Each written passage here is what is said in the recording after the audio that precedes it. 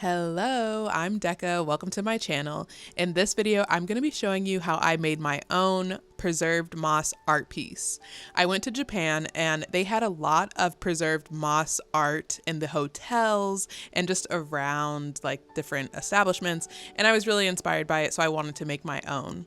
So I bought all of this moss from Joann's Fabrics here in LA. You can find it at any craft store like Michael's. I did buy this really bright green box of moss from Amazon. I bought the butterflies from Joann's, and I bought the canvas that you're about to see from Ross. It's 30 inches by 40 inches and it was $12.99. So in total, I spent $100 on this project.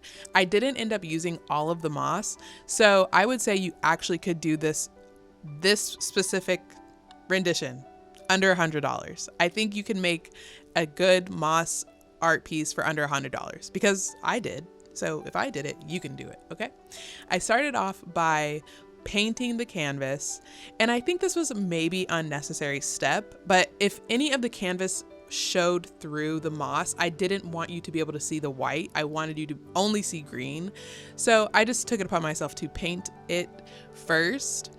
I had a lot of jet lag and post-vacation blues coming back from Japan, so this was a really good therapeutic way to just cope with being back in ghetto America. Painting is so therapeutic, and even if you don't think that like you're an artist or a good painter, I highly recommend you to just try it, just go for it. You can't do it wrong, you know? So anyway, I set up my area. I wanted to, try to keep it together. My apartment's pretty small, so I didn't want to I didn't want this moss to be all over my apartment. So I laid down some drop cloth plastic and I got to it. So I opened up this first roll and I really didn't know what to expect. I didn't watch a lot of videos about how to make this stuff, but I did see some stuff on Pinterest and I just kind of went for it. And I felt like you can't really do it wrong. Art is subjective. So here I am trying to figure out, okay, do I just want to slap these rolls on here? Do I want to make some kind of design? I knew I wanted to include this nice purple moss. Oh, it feels so good. I used an X-Acto knife to cut the moss, and I wanted to make a little channel through the moss. I wanted to create a little lane for the butterflies to be going through. Okay, I had a whole vision in my mind where I was going to have green on two sides, purple in the middle, and the butterflies were going to be, going to that path. Please excuse my outfit, by the way. Okay, I was just comfortable and I have a real body. Anyway, so yeah, I used this pole to cut the moss. I used fabric scissors to cut the moss. And I really should have maybe brushed up on my geometry, because what you're going to see is that I didn't really know what I was doing. Like, I flipped it on the back, which then made it kind of the opposite of what I was actually going for. Anyway, I'm going to let you watch this part, okay?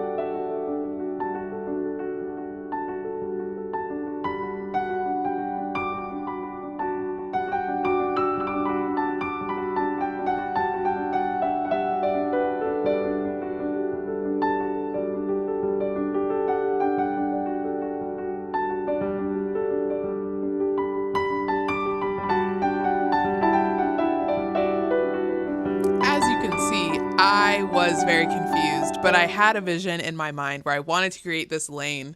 And in the end, I figured it out. Okay, so I placed the moss, the foundation layer first, and I knew I needed to glue it to the canvas. So I got this Gorilla rubber cement and this staple gun. The staple gun was the best. I actually would not have been able to do this if it wasn't for the staple gun. So I kind of laid the foundation and then started by stapling it to the canvas, which mostly worked out. In the end, I didn't really see the staples. I thought maybe if I did, I could just, paint them green or like use a marker to paint them green. But I really didn't have to do that. In the end, you don't really see the staples. This moss is so messy, by the way. Like, as you can see, it literally falls everywhere. And I don't know that there's like a good way to prevent that from happening. Again, I'm no moss expert, but that was an issue throughout. So I poured this rubber cement all over the canvas, painted it on there, inhaled the fumes, all that good stuff. And I started to glue the foundation to the canvas. The only thing was that it worked and it didn't at the same time. Like, something about the moss, it's not super heavy, but I don't know, it just didn't really want to stick with the glue. So I also used the glue gun, which was more helpful, I want to say, than the rubber cement was. Like, the rubber cement, it got it on there, but it needed reinforcement. So here I am reinforcing it with the staple gun, which was the best method, I think, in the end. But, the canvas has like wood, what am I trying to say? The canvas has wood, a wood frame, and then it has a wood cross in the back of it. So those areas, the staple gun really worked because the staple had something to press into. But like the rest of the canvas where it's just, fabric, essentially, the staple didn't have something to like hold on to. So the combination of the glue and the staple gun worked out in the end. And, in a perfect world or a perfect scenario, I would have cut this piece of moss correctly, and I kind of butchered it, as you can see. So like, I butchered it, but I just said the show must go on. I have to get this vision. I have to create this vision. You know what I'm trying to say. Okay. So anyway, I'm going to shut up for a second and just let you watch me make some progress on laying this foundation.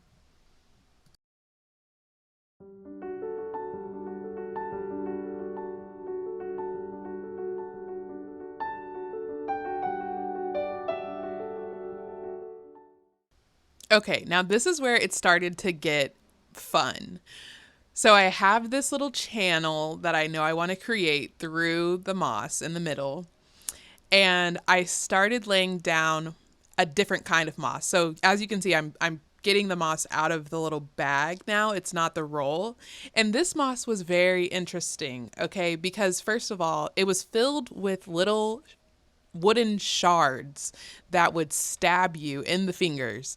So you had to like be careful, or why am I saying you had to be careful? I had to be careful because if I grabbed it the wrong way, it would instantly splinter into my hand and it hurt really bad, actually. So here I am just trying to kind of cover that harsh edge there with this other texture of moss. And I was using the hot glue gun and then pressing it in, but also getting stabbed while I'm pressing it in because it had these little wooden splinters throughout it. So it hurt my hands. It hurt my hands, and it also was dyeing my hands green, but I had to do it. I had to put in the labor, it's a labor of love at this point. So I just kind of was, kind of freestyling where I wanted this, but it was working out. It was working out. So let's continue.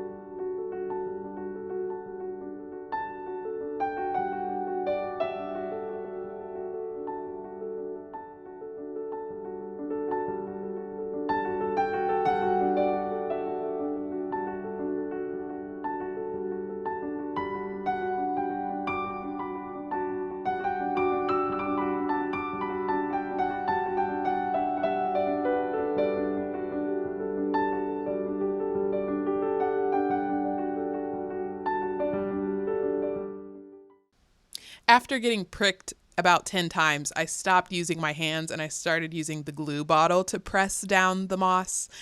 But my intention here was to cover that really harsh edge that the other texture of moss had created and, create a channel that I was then going to put the purple moss into to create like a lane of purple moss.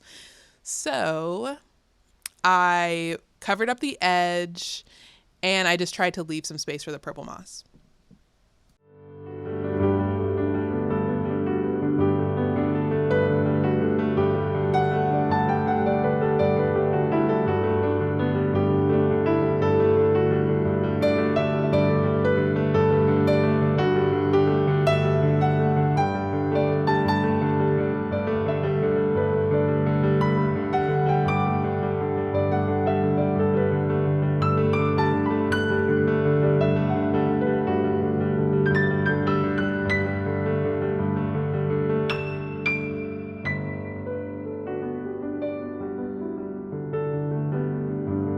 Now here I'm using the hot glue gun to lay the foundation for the purple moss. This moss is much softer to touch. It did not have the same wooden shards in it, so I could actually press it down to the glue, and I was just hoping for the best, hoping that it would stick and hoping that it would look great.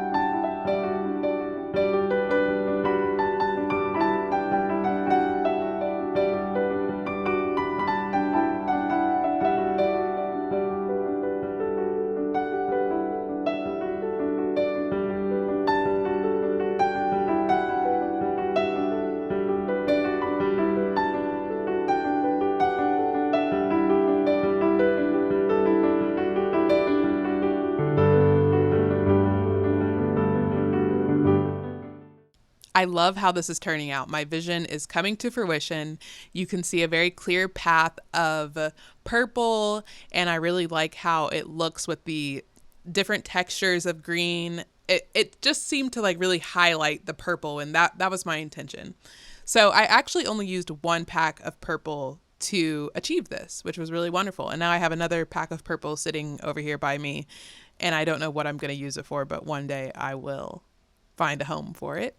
But yeah, so now I am just kind of deciding, okay, now I have these mounds of moss and I want to figure out how I'm going to lay those about, but I still have this like jagged edge from the very first texture up here in the right corner of it. So I'm pulling some of the splintery moss to try and cover that jagged edge. And that's kind of the nice thing about working with the moss, is that it's a very kind of imperfect texture. So it's easy to, work with, and it's hard to mess up. So if you feel like you are messing up or creating something that you don't like, don't panic, because chances are that you can literally just cover it up with more moss and it's going to look great. I'm taking the hot glue gun, putting it directly on the jagged edge that I want to cover up, and then putting the moss on top of it. And I was loving how it's turning out.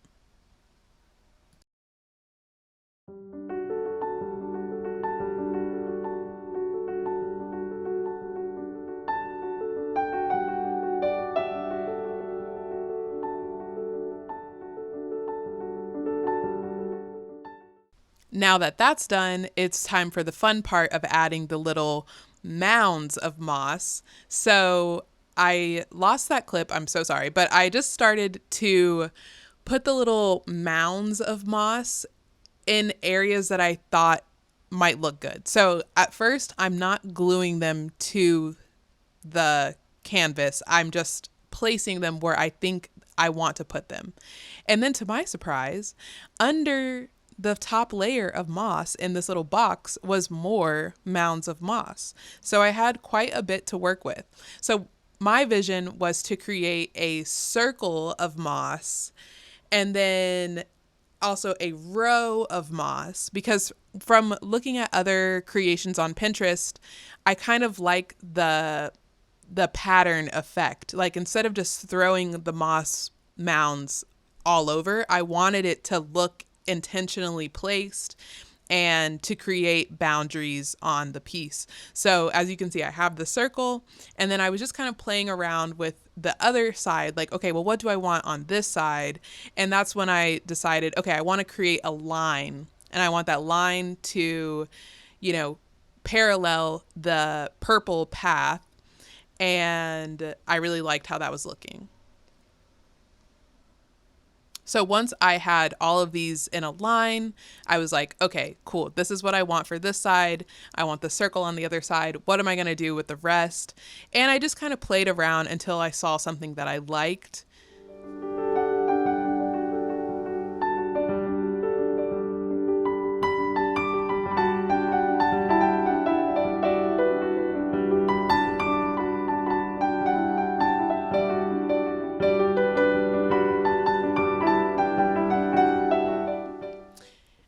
I also realized that I wanted the edges of the canvas to be moss. So I didn't just want the edge of the canvas to be green painted canvas. I wanted it to be moss. So I wanted the whole piece to be moss, and for it to just, not have any canvas coming through. So I started to cut strips of the moss, and then I stapled them to the edges.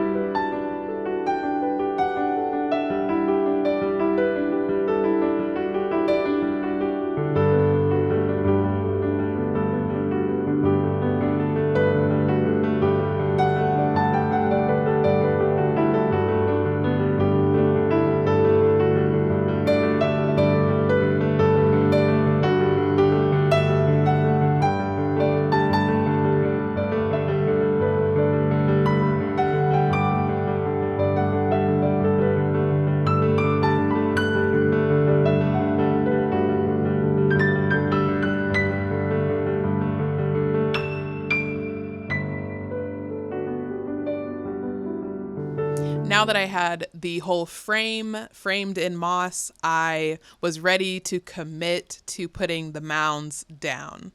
So I finished that up. And then I started to glue the mounds down. So I was taking the hot glue gun, putting the glue directly on the back of the little mounds, and then pressing the mounds onto the other moss onto the canvas. And it worked out really well. They actually stuck. I didn't have to reinforce it with the staple gun, and to this day they are still up, so it worked.